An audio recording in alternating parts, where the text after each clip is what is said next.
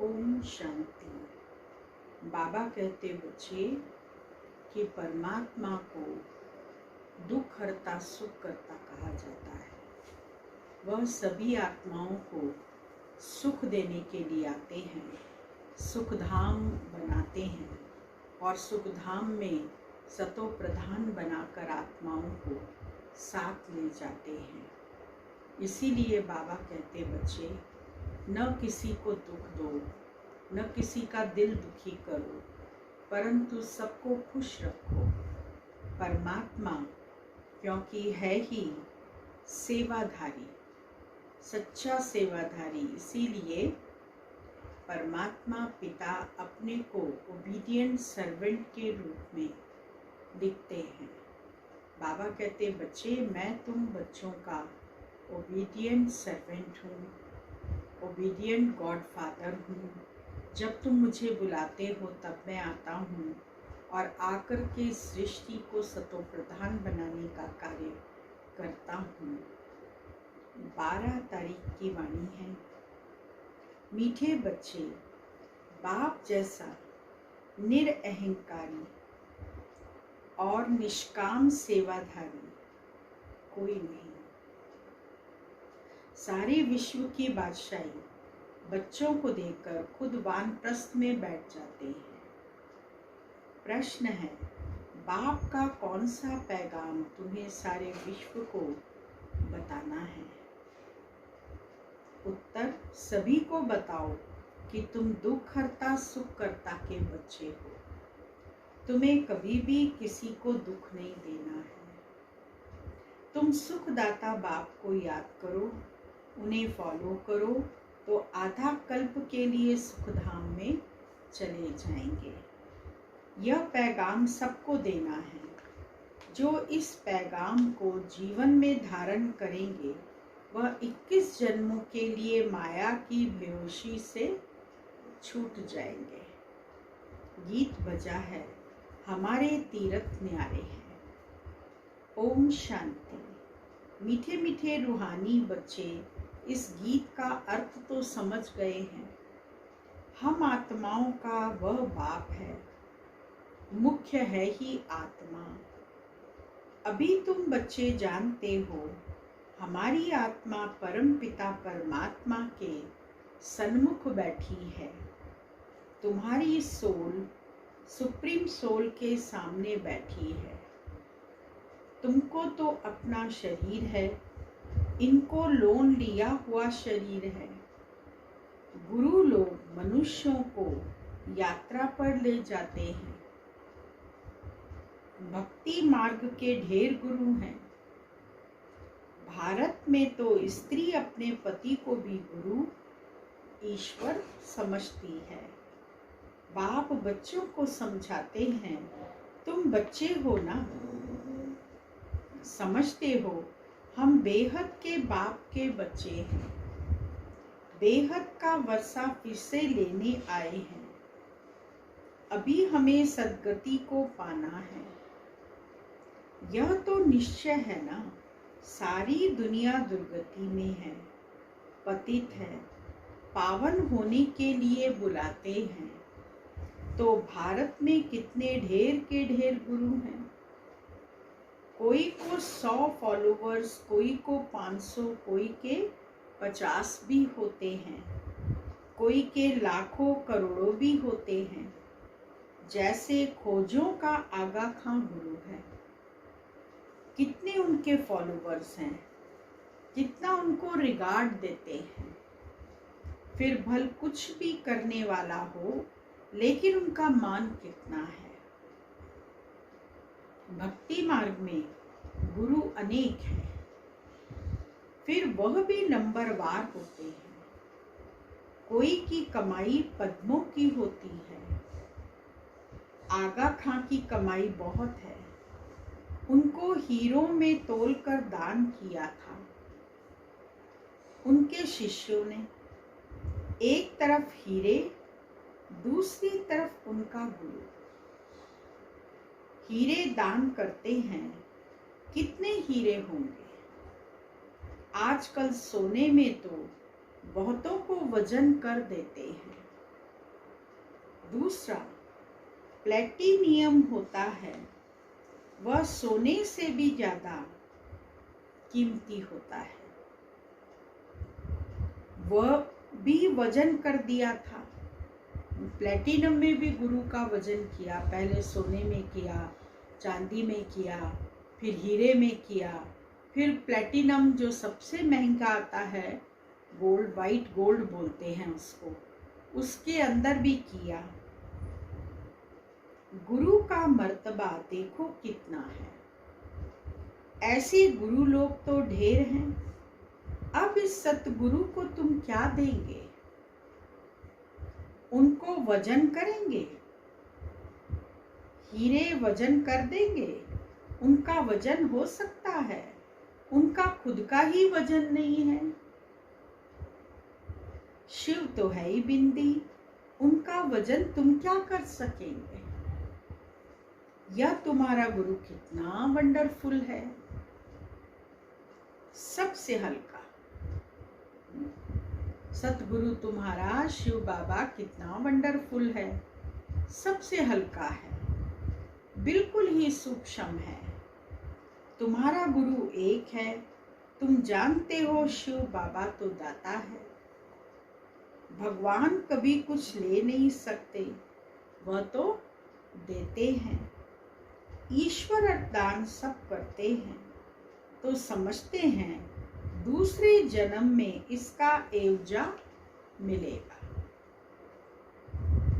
कामना तो रखते हैं। अब यह तो है बेहद का बाप। इन जैसी निष्काम सेवा कोई कर नहीं सकता। निष्काम सेवा भी कैसी है? बच्चों को विश्व का सुखधाम का मालिक बनाते हैं। बाबा खुद थोड़े ही विश्व का मालिक बनते हैं। उनको कहा जाता है सुख का सागर, शांति का सागर, आनंद का सागर, पवित्रता का सागर। बच्चों को हर एक बात अच्छी रीति समझाई जाती है। एक ही बाप से तुमको जीवन मुक्ति मिल जाती है। बाबा से स्वर्ग का वर्षा मिलता है। निश्चय किया बस। बाबा का परिचय मिलता है तो हमारा एकदम से अगर निश्चय हो जाता है तो बाबा हमको स्वर्ग का वर्षा देते हैं। बाबा और वर्षे को याद करना है। क्या पुरुषार्थ करना है? परिचय मिलने के बाद केवल बाबा और वर्षे को याद करना है। इनको कहते हैं ज्ञान का सागर। सागर, सारा सागर मस्त शाही बनाओ, समुद्र को शाही बनाओ। ये कहा जाता है धरती को कागज बनाओ, जंगल को कलम बनाओ, तो भी परमात्मा की महिमा इतनी अपरंपार है कि वो पूरा नहीं पड़ेगा। सारा जंगल कलम बनाओ तो भी एंड नहीं हो सकती उसकी महिमा के लिए। वो कागज भी भर जाएंगे, शाही भी सूख जाएगी, लेकिन महिमा कभी पूरी नहीं होगी। तुम शुरू से लेकर लिखते जाओ तो तुम्हारी ढेर पुस्तकें हो जाए।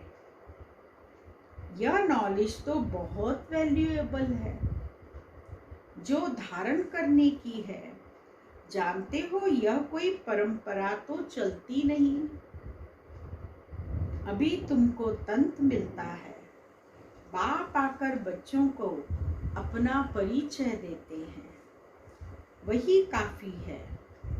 बाप का परिचय देने से, रचता को जानने से रचना का भी ज्ञान आ जाता है। बुद्धि कहती है जो सतयुग में आते होंगे उनके पुनर्जन्म जास्ती होंगे। चक्कर में जो पहले आए होंगे वही आएंगे। इस चक्र को भी अच्छी रीति समझाना है। गीत में भी सुना हमारे तीरथ न्यारे हैं। वह तो जन्म जन्मांतर तीर्थ यात्राएं आदि करते आए हैं। यह सिर्फ तुम्हारी एक जन्म की यात्रा है। इस रूहानी यात्रा में जरा भी कोई तकलीफ नहीं है। ये रूहानी यात्रा है, इसमें कोई तकलीफ की बात नहीं है। ज्ञान देने वाला एक ही सतगुरु है। सदगति तो किसी की भी होती नहीं। वह है सुप्रीम ज्ञान का सागर। सर्व की सदगति हो जाती है। बाकी क्या चाहिए, तो भी सतो प्रधान हो जाते हैं। यहाँ तमो प्रधान है तो वायु आदि भी ऐसी ही तमो प्रधान होती है। कितने अर्थक्वेक आदि होते हैं। सतयुग में तो कोई भी दुख देने वाली चीज नहीं होगी। बाप है ही दुख हरता सुख करता। तुम उनके बच्चे हो, किसको भी दुख नहीं देना है। सबको यह रास्ता बताना है सुख का वर्षा पाने का। अब बाप कहते हैं तुमको सुख ही देना है। बाबा तुमको आधा कल्प के लिए ऐसा सुख देते हैं जो वहाँ दुख का नाम नहीं रहता है। तुम जानते हो बाप से 21 जन्मों का वर्षा पाने हम यहाँ आए हैं। तुम स्टूडेंट हो ना, तुम्हारी दिल में है कि बाबा से स्वर्ग का सुख लेते हैं तो सब दुख दूर हो जाएंगे। बाबा हमको संजीवनी बूटी देते हैं। बाबा हमको संजीवनी बूटी देते हैं। क्यों देते हैं? सुरजीत होने के लिए।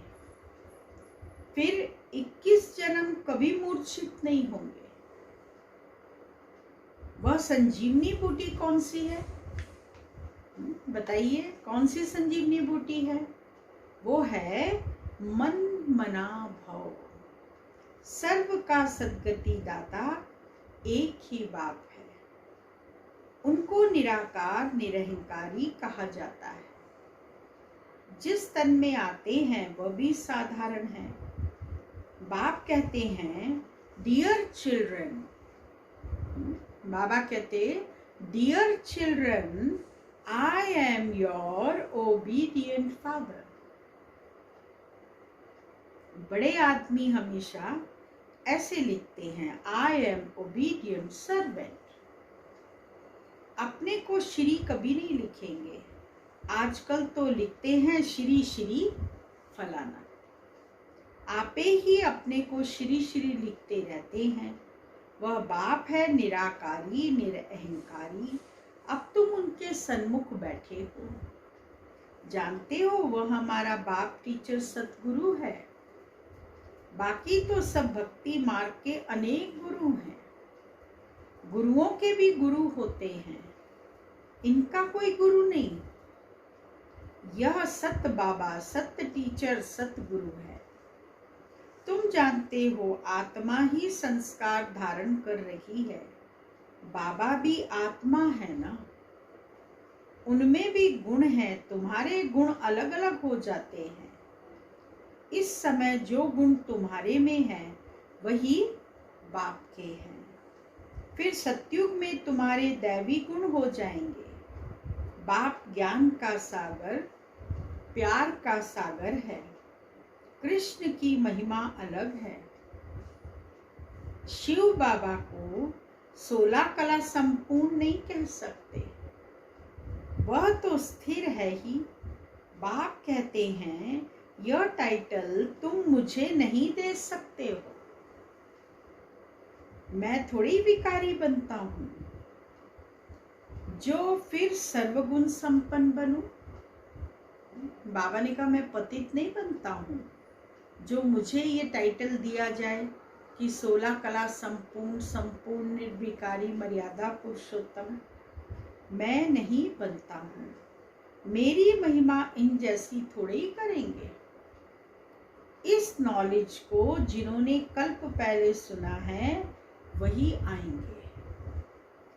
आकर बाप से सुनेंगे और बाप को याद करेंगे। पिछाड़ी को हाय हाय कर रोते हैं, फिर जय जयकार हो जाती है। अभी तुमने यात्रा का भी राज समझा है। इस यात्रा से फिर तुम कभी मृत्यु लोक में लौटते नहीं हो। उन यात्राओं से फिर घर लौट आते हैं। कितने मनुष्य स्नान करने जाते हैं। भक्ति का विस्तार देखो कितना है। जैसे झाड़ कितना बड़ा अथाह होता है, बीज तो बिल्कुल छोटा होता है। वैसे भक्ति का भी विस्तार करना है। ज्ञान का एक टुपका भी सद्गति कर देता है। भक्ति में उतरते उतरते आधा कल्प लग जाता है। यहाँ तुमको सीढ़ी चढ़ने में 1 सेकंड लगता है। लिफ्ट कितनी अच्छी है। 1 सेकंड की लिफ्ट है। संगम युग पर लिफ्ट में बैठो और सीधा परम धाम, कहीं रुकने की जरूरत नहीं। लिफ्ट कितनी अच्छी है। नीचे से एकदम ऊपर अपने घर ले जाती है। इसको कहा जाता है चढ़ती कला सर्व का भला। चढ़ती कला तेरे भाने सर्व का भला। सर्व का सद्गति दाता एक बाप ही है। अब ज्ञान भक्ति का फर्क देखो। ज्ञान भक्ति वैराग्य है ना। सन्यासियों का है हद का वैराग्य। बाप ने समझाया है वैराग्य 2 प्रकार के हैं। 2 प्रकार के वैराग्य कौन से हुए? 2 प्रकार के वैराग्य हैं। एक है हद का वैराग्य, जिससे कोई सद्गति नहीं होती। दूसरा है बेहद का वैराग्य, जिससे तुम्हारी सद्गति हो जाती है। अभी सद्गति के लिए तुम बच्चों को श्रीमत मिलती है श्रेष्ठ से श्रेष्ठ बनने की। अब श्रेष्ठ दुनिया की स्थापना हो रही है श्रीमत पर। यह भ्रष्ट दुनिया रावण की मत पर बनी है। हम श्रेष्ठ बन रहे हैं। यह बातें तुम ही जानो। तुम बच्चे ही जानते हो और कोई नहीं जानता।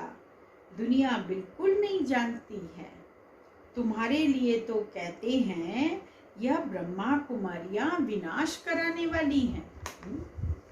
विनाश विनाश बोलकर विनाश करा ही देंगे। सचमुच विनाश तो होना ही है। इससे ही तो कल्याण होना है। कल्याणकारी बाप आते हैं तो महाभारी लड़ाई लगती है। कहेंगे हमने कहा था ना कि ब्रह्मा कुमारियां विनाश करेंगी। बरोबर विनाश तो होना ही है। पुरानी दुनिया विनाश होगी। हम नई दुनिया स्थापन करते हैं। पुरानी के बाद नई जरूर है। कल्प कल्प विनाश होता है। तभी भारत में स्वर्ग के द्वार खुलते हैं। परंतु वे लोग समझे कैसे? आगे चलकर बहुत समझेंगे। बाप जब आते हैं तो पुरानी दुनिया सारी स्वाहा हो जाती है। तुम्हारा यह यज्ञ तो वंडरफुल है, जिसमें आहुति पड़नी है। यह भी तुम जानो और न जाने कोई। विजय तो पांडवों की होनी है और सब खत्म हो जाएंगे। बाकी तुम पांडव रहते हो, फिर नई दुनिया में राज्य करते हो। यह नॉलेज बड़ी वंडरफुल है। सबका दुख करता सुख करता सद्गति देने वाला एक ही बाप है। कितना मीठा कितना प्यारा बाप है। कहते आए हो मीठे बाबा, आप जब आएंगे तो आप पर हम वारी जाएंगे। बाबा को कहते हैं कि बाबा आप आएंगे तो हम आप पर वारी जाएंगे, मेरा तो आप दूसरा न कोई। इसका मतलब यह नहीं कि घर बार छोड़ यहाँ आकर बैठेंगे, नहीं, ग्रस्त व्यवहार में भल रहो। 7 रोज का कोर्स ले फिर कहाँ भी जाओ, मन मना भाव। बाप को याद करना है और वर्षा पाना है, बस याद की यात्रा में रहना है, इससे ही बेड़ा पार है। यह भी तुम जानते हो, पवित्र रहना है, चीची खाना आदि नहीं खाना है। मुरली तो मिलती ही है, कोई समय मुरली नहीं भी मिलेगी। कोई समय ऐसा भी आएगा जब पोस्ट बंद हो जाएगी, गाड़ियां चलना फिरना बंद हो जाएंगी, तो मुरली भी मिलना बंद हो जाएगी। आफतें आएंगी, हंगामा आदि हो जाएगा, तो मुरली मिल नहीं सकेगी। तुम इन बातों से जो कुछ देखते हो वह नहीं होगा।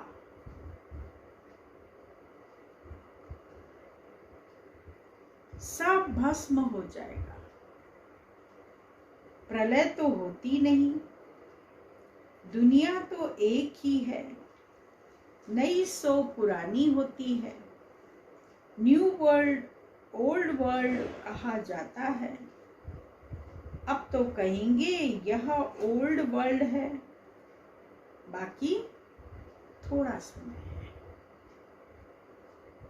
वह कहते हैं कल्प की आयु लाखों वर्ष है, कलयुग के लिए कहते 40,000 वर्ष पड़े हैं। वास्तव में 5,000 वर्ष का चक्कर है। तुम्हारी बुद्धि में सारी नॉलेज है, मनुष्य तो बिल्कुल पत्थर बुद्धि है। एक्टर होकर ड्रामा के क्रिएटर डायरेक्टर को न जाने तो उनको क्या कहेंगे? वर्ल्ड की हिस्ट्री ज्योग्राफी कैसे रिपीट होती है, यह तो जानना चाहिए ना। जो अच्छी रीति जानते हैं, बुद्धि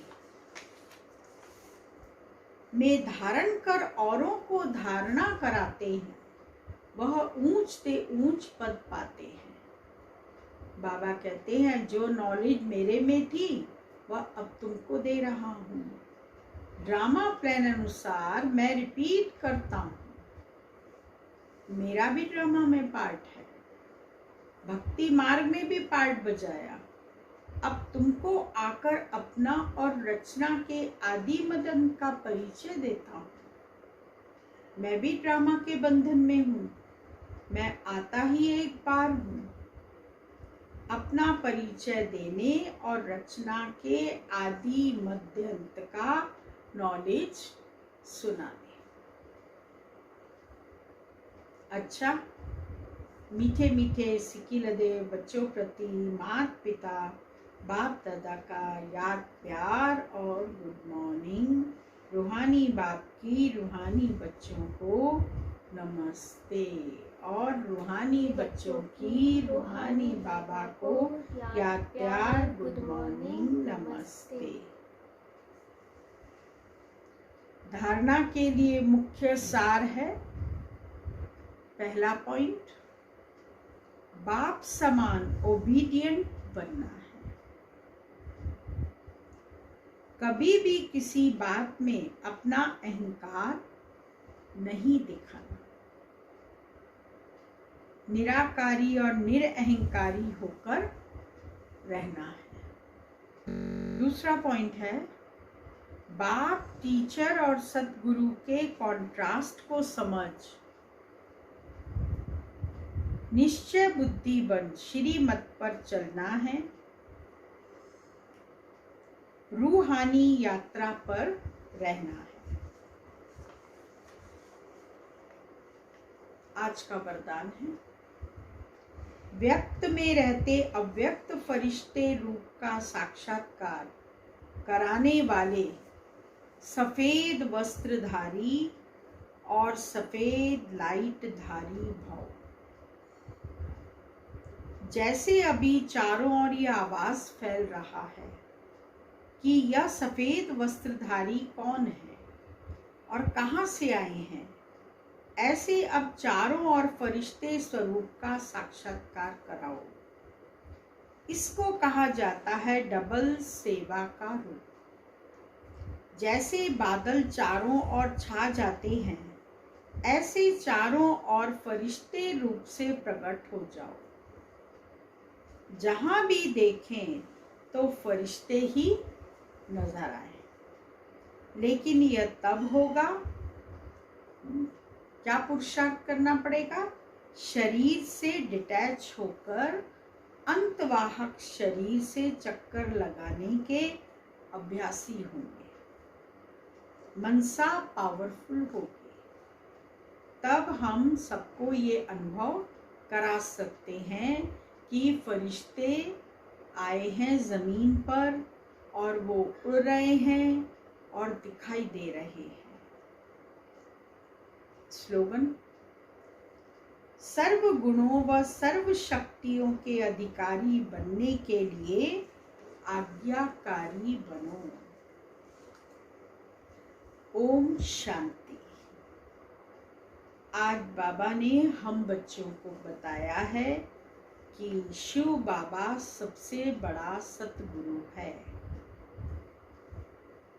गुरु तो बहुत से होते हैं, गुरुओं को अलग अलग उनके भक्त जो होते हैं उनके फॉलोअर्स भी होते हैं और उनके फॉलोअर गुरु का बहुत सम्मान करते हैं।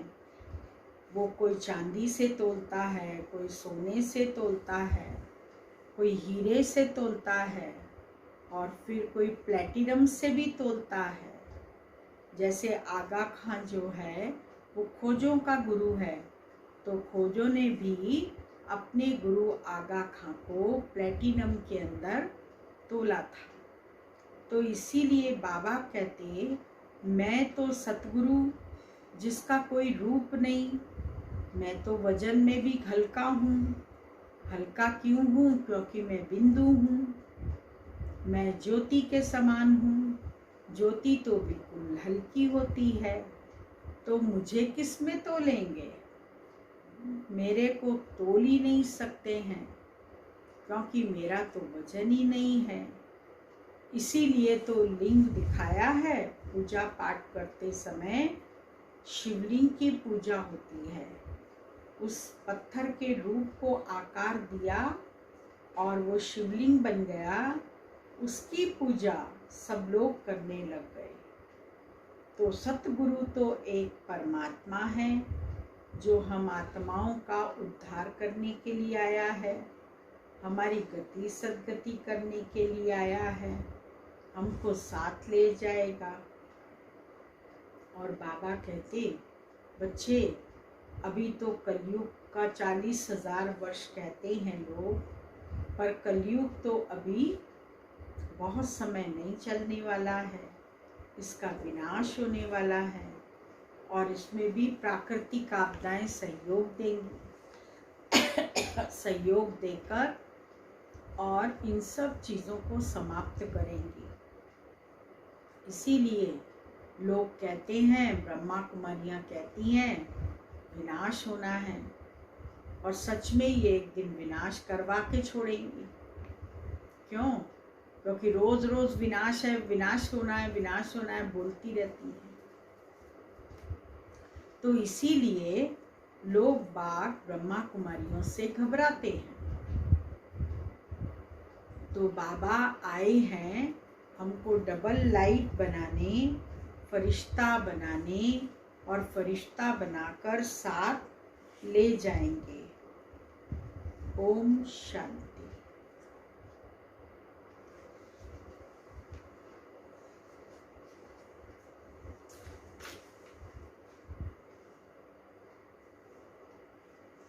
अव्यक्ति इशारा है आज का। ज्वाला स्वरूप की स्थिति का अनुभव करने के लिए निरंतर याद की ज्वाला प्रज्वलित रहे। इसकी सहज विधि है सदा अपने को सारथी और साक्षी समझकर चलो। आत्मा इस रथ की सारथी है। यह स्मृति स्वतः ही इस रथ से व किसी भी प्रकार के देह अभिमान से न्यारा बना देती है। स्वयं को सारथी समझने से सब कर्म इंद्रियां अपने कंट्रोल में रहती हैं। सूक्ष्म शक्तियां, मन, बुद्धि, संस्कार भी ऑर्डर प्रमाण रहते हैं।